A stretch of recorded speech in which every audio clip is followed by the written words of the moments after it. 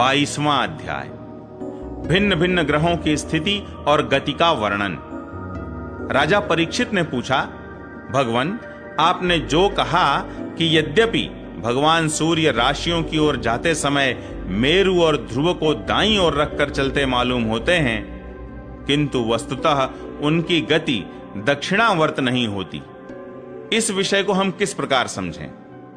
श्री सुखदेव जी ने कहा, राजन, जैसे कुम्हार के घूमते हुए चाक पर बैठकर उसके साथ घूमती हुई चींटी आदि की अपनी गति उससे भिन्न ही है, क्योंकि वह भिन्न भिन्न समय में उस चक्र के भिन्न भिन्न स्थानों में देखी जाती है। उसी प्रकार नक्षत्र और राशियों से उपलक्षित काल चक्र में पड़कर ध्रुव और मेरु को दाएं रखकर घूमने वाले सूर्य आदि ग्रहों की गति वास्तव में उससे भिन्न ही है, क्योंकि वे काल भेद से भिन्न भिन्न राशि और नक्षत्रों में देख पड़ते हैं। वेद और विद्वान लोग भी जिनकी गति को जानने के लिए उत्सुक रहते हैं, वे साक्षात आदि पुरुष भगवान नारायण ही लोकों के कल्याण और कर्मों की शुद्धि के लिए अपने वेदमय विग्रह काल को 12 मासों में विभक्त कर वसंत आदि 6 ऋतुओं में उनके यथा योग्य गुणों का विधान करते हैं।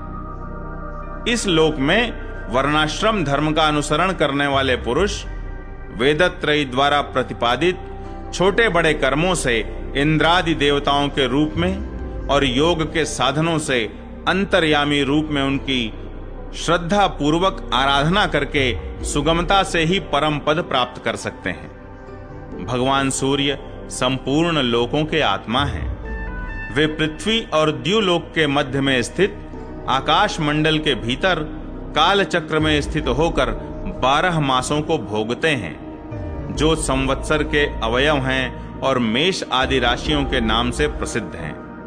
इनमें से प्रत्येक मास चंद्रमान से शुक्ल और कृष्ण 2 पक्ष का, पितृमान से 1 रात और 1 दिन का तथा सौरमान से 2.25 नक्षत्र का बताया जाता है। जितने काल में सूर्यदेव इस संवत्सर का छठा भाग भोगते हैं, उसका वह अवयव ऋतु कहा जाता है।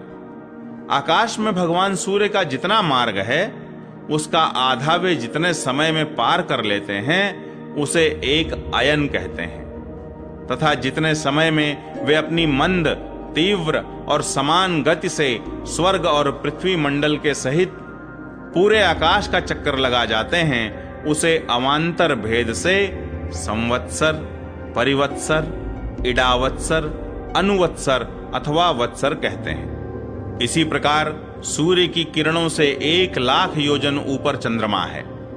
उसकी चाल बहुत तेज है, इसलिए वह सब नक्षत्रों से आगे रहता है। यह सूर्य के 1 वर्ष के मार्ग को 1 मास में, 1 मास के मार्ग को 2.25 दिनों में और 1 पक्ष के मार्ग को 1 ही दिन में तय कर लेता है। यह कृष्ण पक्ष में क्षीण होती हुई कलाओं से पितृगण के और शुक्ल पक्ष में बढ़ती हुई कलाओं से देवताओं के दिन रात का विभाग करता है तथा 30-30 मुहूर्तों में 1-1 नक्षत्र को पार करता है। अन्नमय और अमृतमय होने के कारण यही समस्त जीवों का प्राण और जीवन है। ये जो 16 कलाओं से युक्त मनोमय, अन्नमय, अमृतमय पुरुष स्वरूप भगवान चंद्रमा हैं, ये ही देवता, पितर, मनुष्य, भूत, पशु, पक्षी, सरीसृप और वृक्षादि समस्त प्राणियों के प्राणों का पोषण करते हैं, इसलिए इन्हें सर्वमय कहते हैं। चंद्रमा से 3 लाख योजन ऊपर अभिजीत के सहित 28 नक्षत्र हैं।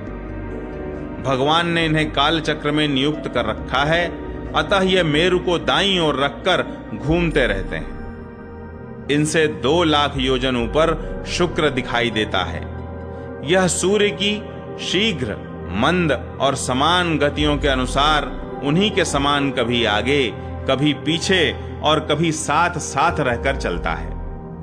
यह वर्षा कराने वाला ग्रह है, इसलिए लोगों को प्रायः सर्वदा ही अनुकूल रहता है। इसकी गति से ऐसा अनुमान होता है कि यह वर्षा रोकने वाले ग्रहों को शांत कर देता है। शुक्र की गति के साथ साथ बुध की भी व्याख्या हो गई। शुक्र के अनुसार ही बुध की गति भी समझ लेनी चाहिए। यह चंद्रमा का पुत्र शुक्र से 2 लाख योजन ऊपर है।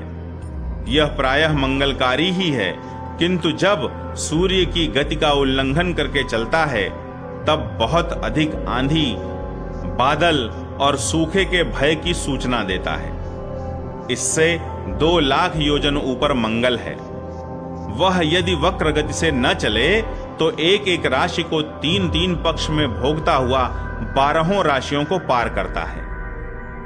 यह अशुभ ग्रह है और प्रायः अमंगल का सूचक है। इसके ऊपर 2 लाख योजन की दूरी पर भगवान बृहस्पति जी हैं। ये यदि वक्र गति से न चलें तो एक एक राशि को एक एक वर्ष में भोगते हैं। ये प्रायः ब्राह्मण कुल के लिए अनुकूल रहते हैं। बृहस्पति से 2 लाख योजन ऊपर शनैश्चर दिखाई देते हैं। ये 30-30 महीने तक एक एक राशि में रहते हैं। अतः इन्हें सब राशियों को पार करने में 30 वर्ष लग जाते हैं।